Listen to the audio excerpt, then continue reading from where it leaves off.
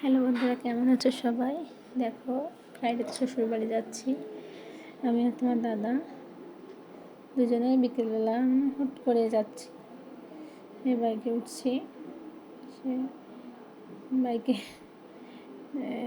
আছেই। দেখো, আমরা গ্রামের পথ থেকে যাচ্ছি। মেন রোডে দিয়ে গ্রামের পথ থেকে যেতে হয়। মেন রোডেরটার ভিডিও করি নাই, কারণ আমার হাতে ব্যাগ ছিল আর বাইকে তো একটু আনইজি লাগে আমার।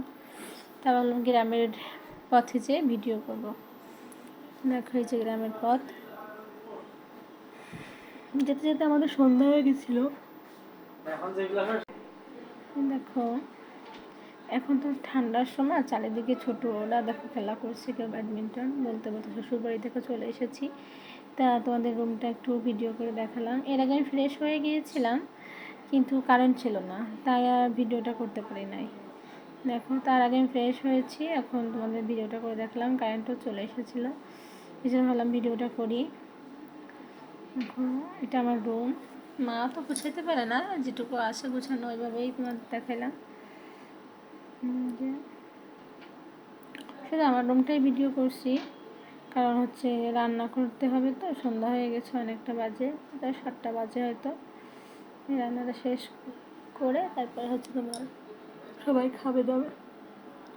তার মধ্যে মা বলছে পেঁয়াজি বড়া দিয়ে মুড়ি মাখানো, চানাচুর দিয়ে, আবার সিঙ্গারাও ছিল। মা বলছে একটু খেয়ে নাও। আচ্ছা, তারা একটু ভিডিওটা শেষ করে তারপরে খাবো। বলছে মুড়িগুলো দেখো, মুড়িগুলো হচ্ছে বাতাস লেগে গেলে ওটা নরম হয়ে যাবে, তাড়াতাড়ি আবার একটু খেতে ভাবলাম কি খেতে খেতে তোমাদের একটু শেয়ার করি। এই যে দেখো, খাচ্ছি আমি। খুবই টেস্টি ছিল পেঁয়াজি বড়াটা, অনেক টেস্টি। কারণ আমি গেলে বাবা পেঁয়াজি বড়াটা আনে ওইখানে দোকান থেকে, আমার খুব ভালোই লাগে ওইটা খেতে। খেয়ে দেখো, রান্না করছি। এই যে চর্বির ডাল, বড়া, ফুলকপি দিয়ে, আলু দিয়ে, মাছ,